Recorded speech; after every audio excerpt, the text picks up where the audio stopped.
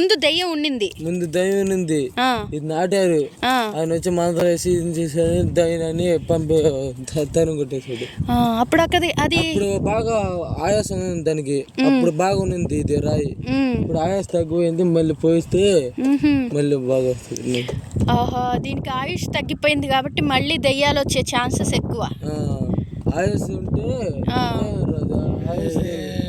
దానికి ఆయుష్ పోయిందని మీకెట్ట తెలిసింది? స్వామి చెప్పాడా? ఇప్పుడు మనం విన్న ఈ కథ అంతా కూడా గోవిందపల్లి అని సముద్ర తీర ప్రాంతాన ఉన్న ఓ గ్రామంలో జరిగింది.